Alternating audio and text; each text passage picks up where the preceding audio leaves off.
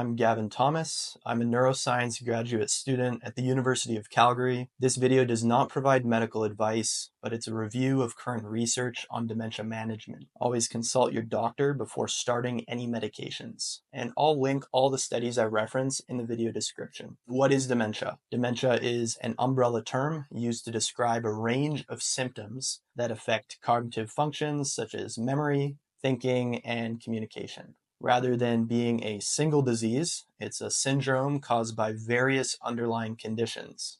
This decline in cognitive ability is generally significant enough to interfere with daily life and normal activities. And one of the key signs of dementia is memory loss, where a person has difficulty recalling recent events, conversations, or even the location of everyday items. Cognitive impairments also make it harder to reason, plan, or solve problems, turning once simple tasks into challenges.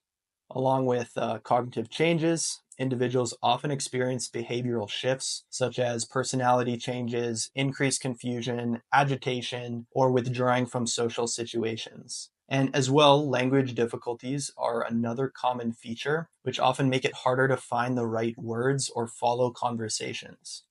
As a progressive condition, dementia worsens over time, leading to increased dependence on caregivers and a significant impact on the quality of life for both the individual and their family. So early diagnosis and intervention are essential for managing symptoms and improving outcomes. I want to say that again, it's this early diagnosis that is key to improving outcomes. So dementia comes in many forms, each with its own distinct characteristics. There's also several different underlying causes of dementia and treatment approaches. So understanding these different types is crucial for accurate diagnosis and effective management. So let's start with Alzheimer's disease. So the most common form of dementia is Alzheimer's disease, and it accounts for around 60 to 80% of cases. Alzheimer's is primarily caused by the buildup of these things called amyloid plaques and tau tangles in the brain. These abnormal proteins disrupt normal neuron function and lead to, at least what we think, is that they lead to widespread cell death. The early symptoms of Alzheimer's often include memory loss, but as the disease progresses, it leads to severe cognitive impairments, including problems with language, problem solving, and the ability to carry out daily activities. So that's Alzheimer's disease. Vascular dementia is the second most common type of dementia and results from reduced blood flow to the brain. This reduction is often caused by strokes or other issues affecting blood vessels. Vascular dementia can have a sudden onset, such as after a major stroke, or it can also develop gradually following a series of mini strokes over time. These symptoms can vary depending on which part of the brain is affected, but they frequently include impaired judgment, difficulty planning, and slowed thinking, which is also similar to Alzheimer's. Our third form of dementia is Lewy body dementia, and it accounts for around 10 to 20% of dementia cases, and it's caused by an abnormal protein deposit known as Lewy bodies, and they form in the brain cells. This form of dementia shares characteristics with both Alzheimer's and Parkinson's diseases. People with Lewy body dementia often experience a combination of visual hallucinations, movement difficulties, fluctuating cognitive abilities, and sleep disturbances. So, similar vein, but slightly different presentation.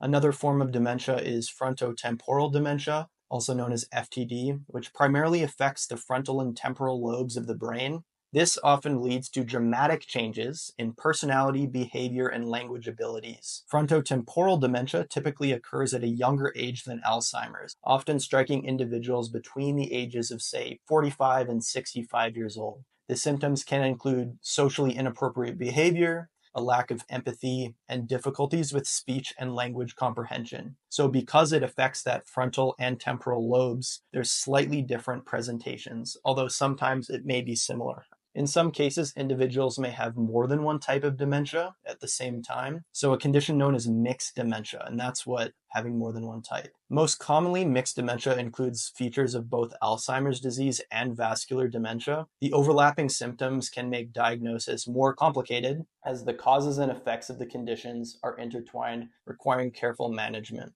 Other less common forms of dementia include those associated with Parkinson's disease, which can develop in the later stage of the disease and resemble Lewy body dementia. Another one, Creutzfeldt-Jakob disease, is a rare and rapidly progressing form of dementia, and it's caused by these proteins called prions, which are misfolded proteins that damage the brain. Another type is Huntington's disease, which is a genetic disorder, and it also leads to dementia alongside significant movement and psychiatric symptoms. So while each type of dementia has some unique features, they do all share a common thread. So that's the decline in cognitive functions that interfere with daily life. Early and accurate diagnosis, as I said earlier, is essential for managing symptoms effectively, as each type of dementia may respond differently to various treatments. So for the sake of today's discussion, given the commonness of Alzheimer's disease, we are going to primarily focus on Alzheimer's dementia. So when I say Alzheimer's dementia or Alzheimer's disease, I mean the same thing. So this includes exploring the current therapies and treatments available, as well as the latest research efforts aimed at combating this specific form of dementia. So let's start by looking at the pharmacological approaches to treating dementia. That's drugs. While there's currently no known cure for dementia, medications can play an important role in managing symptoms and slowing the progression of cognitive decline, especially in conditions like Alzheimer's disease. In this section, we'll explore pharmacologic approaches to Alzheimer's treatment, which is drug-related approaches. So first, let's talk about cholinesterase inhibitors. And these medications, they're really designed to boost levels of a neurotransmitter called acetylcholine in the brain, which plays a key role in memory, learning, and overall cognitive function. In many types of dementia, including Alzheimer's disease, acetylcholine levels are significantly reduced, and this contributes to the cognitive decline often seen in patients. So how do these cholinesterase inhibitors work? So they block an enzyme called acetylcholinesterase. And acetylcholinesterase, it breaks down acetylcholine in the synapse, which are the spaces between neurons. By inhibiting this enzyme, these medications increase the concentration of acetylcholine, which essentially helps nerve cells and neurons communicate more effectively. So currently there are 3 main cholinesterase inhibitors that are FDA approved for treating dementia. I'm talking about drugs in the States, so when I say FDA approved, I'm talking about the US. So firstly, we have donepezil, known by its brand name, also known as Aricept. It's approved for all stages of Alzheimer's disease and is often the go-to for treatment. It's convenient because it has a long half-life, so patients can take it just once a day. Rivastigmine, or Exelon, comes in both oral and transdermal patch forms, and it's the second drug, and it's used for mild to moderate Alzheimer's and also for Parkinson's disease dementia. And the patch can help minimize gastrointestinal side effects. Finally, there is galantamine, and it's marketed as Razidine. It is FDA approved for mild to moderate Alzheimer's, and it works by not only inhibiting acetylcholinesterase, but it also modulates the nicotinic receptors, which may offer some additional cognitive benefits. So how effective are these medications? They do provide modest improvements in cognitive function, behavior, and the ability to perform daily activities. While they don't stop the progression of dementia, they can help manage symptoms and improve the quality of life for both patients and their caregivers. Studies show that patients on cholinesterase inhibitors may experience a slower cognitive decline in memory and thinking skills compared to those who aren't on the medication. Additionally, these drugs can help with behavioral symptoms like agitation, depression, and anxiety. However, like all medications, cholinesterase inhibitors come with potential side effects. So one common thing is that gastrointestinal issues are the most common, with nausea, vomiting, diarrhea, and as well loss of appetite being very frequently reported, especially at the start of treatment. Cardiac effects, such as a slow heart rate, may occur, so doctors need to closely monitor patients with heart conditions. As well, central nervous system effects, including dizziness, insomnia, and headaches, can also be experienced when taking these acetylcholinesterase inhibitors. So to minimize these side effects, physicians often start with a low dose and they gradually increase it based on how well the patient tolerates the medications. Of course, these medications have their limitations. While they offer symptomatic relief, they are not a cure for dementia. Their effectiveness varies among individuals, and not all patients respond to the treatment. As the disease progresses, the benefits tend to decrease as well. So again, going back to that early treatment. That being said, research is ongoing to enhance the efficacy of cholinesterase inhibitors and reduce their side effects. Some studies are exploring the use of combination therapies where cholinesterase inhibitors are used alongside other medications to provide more comprehensive symptom management. Let's move on to our next pharmacological treatment. This next one's going to be memantine. So memantine is an NMDA, which stands for N-methyl D-aspartate receptor antagonist. So it's an NMDA receptor antagonist, and it's primarily used for treating moderate to severe Alzheimer's disease. So unlike cholinesterase inhibitors, which aim to increase acetylcholine levels, memantine works by regulating another neurotransmitter called glutamate, which plays a critical role in learning and memory. So how does memantine work? Or memantine. Glutamate is essential for normal brain function, especially in synaptic plasticity. And this is the process that supports learning and memory. However, when there's too much glutamate activity, it can actually lead to neuronal damage through a process called excitotoxicity. And this imbalance in glutamate regulation is generally seen in Alzheimer's disease and does contribute to cognitive decline, or it's believed to. Memantine binds to NMDA receptors, blocking the excessive influx of calcium ions that can harm neurons. By modulating glutamate activity, it helps protect brain cells from further damage and can improve cognitive function. Now, in terms of effectiveness, memantine offers modest benefits for people with moderate to severe Alzheimer's disease. It can help stabilize or even slightly improve cognitive performance, particularly in areas like memory and attention. Additionally, patients on memantine may experience improvements in daily activities such as dressing, eating, and personal hygiene, which does support their independence. Memantine can also help reduce behavioral symptoms such as agitation, aggression, and apathy, making life easier for both patients and caregivers. Memantine comes in several forms to meet different needs.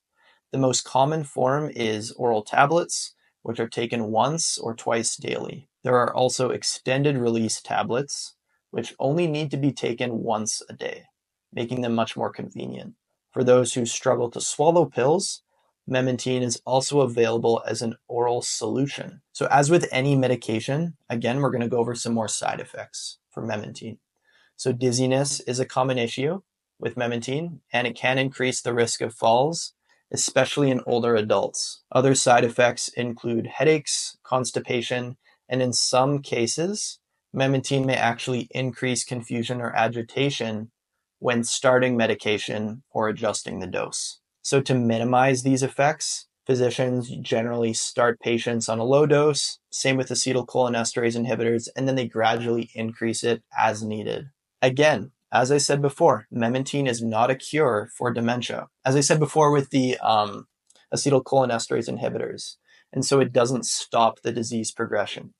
Its benefits are most noticeable in the later stages of Alzheimer's disease, but it's generally not effective in the early stages where cholinesterase inhibitors might be more useful. So a physician might start somebody on acetylcholinesterase inhibitors and then move to the memantine later.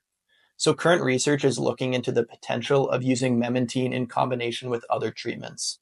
For instance, as I just said, combining memantine with cholinesterase inhibitors could have synergistic effects, meaning they work together, offering greater cognitive and functional improvements than either drug alone.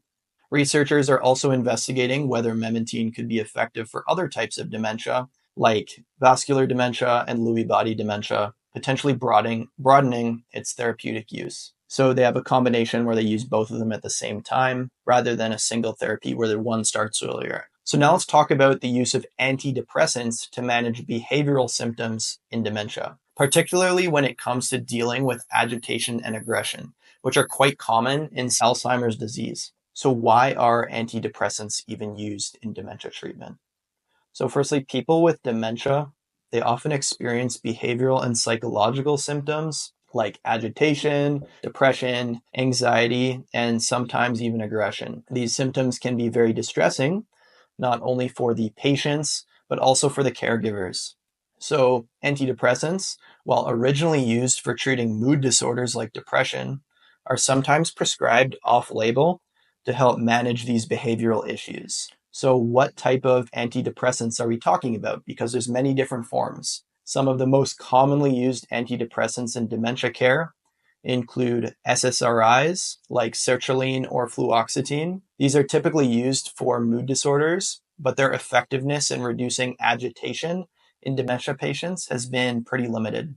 Then we have mirtazapine, which is often prescribed for sleep and appetite issues in dementia, although there's not much evidence to suggest it really helps with agitation. Then we have trazodone. It's another antidepressant that's sometimes used for agitation and sleep disturbances, but studies on its effectiveness have shown mixed results, and there is some concern about the risk of side effects. So when we look at the current evidence, it's clear that the effectiveness of most antidepressants for managing agitation in dementia is pretty limited. Studies have shown that medications like sertraline, fluoxetine, and mirtazapine don't necessarily outperform a placebo when it comes to reducing agitation. Even trazodone, which is sometimes used in practice, hasn't shown significant benefits in comprehensive studies for Alzheimer's related agitation. While there is a small positive benefit for trazodone in frontotemporal dementia, overall the results are not totally compelling. There are some concerns about sedation and increased falls as side effects for trazodone. However, given all this negative information I've just given you, there is one antidepressant that does stand out, and that's citalopram. It's another SSRI, and it has shown some evidence that it can reduce agitation symptoms in dementia. That said, it does require careful dose management because of potential side effects, like QT wave prolongation in our heart, which does just affects our heart rhythm. It's also important to note the risks associated with certain antidepressants. Medications like paroxetine, fluvoxamine, and tricyclic antidepressants are actually generally not recommended for treating agitation in dementia because they carry anticholinergic side effects, which can actually worsen cognitive function. They also pose a higher risk for drug interactions, especially in older adults where the risks can often outweigh the benefits. So while antidepressants are often prescribed for behavioral symptoms in dementia, the evidence supporting their effectiveness, especially for managing agitation, is pretty weak across most of the drugs. So citalopram is the exception, but even then caution is needed. Because of the risk of side effects, it's important to explore alternative treatments, both pharmacological options as well as non-pharmacological options for managing those challenging symptoms. Non-pharmacological just means that we're not using drugs to treat this. So next, let's talk about the use of anxiolytics and anticonvulsants for managing behavioral symptoms, particularly agitation in dementia. These medications are sometimes considered when other treatments fail, but their use is often limited due to potential side effects and limited efficacy. So first, let's talk about anxiolytics. So primarily anxiolytics, we're going to talk about benzodiazepines, which are a type of anxiolytic. They are used sometimes to manage acute agitation and anxiety in dementia patients. However, their use is highly discouraged due to the risks they pose. These drugs can cause sedation, increase the risk of falls, and actually worsen cognitive impairment. While medications like lorazepam and diazepam may be prescribed in emergency situations for short-term use, they're not recommended for long-term management. So there are several reasons why their use is limited. As I just mentioned, first, anxiolytics can actually worsen memory issues and confusion, especially in older adults with dementia, which can actually further impair their cognitive function beyond what it already is.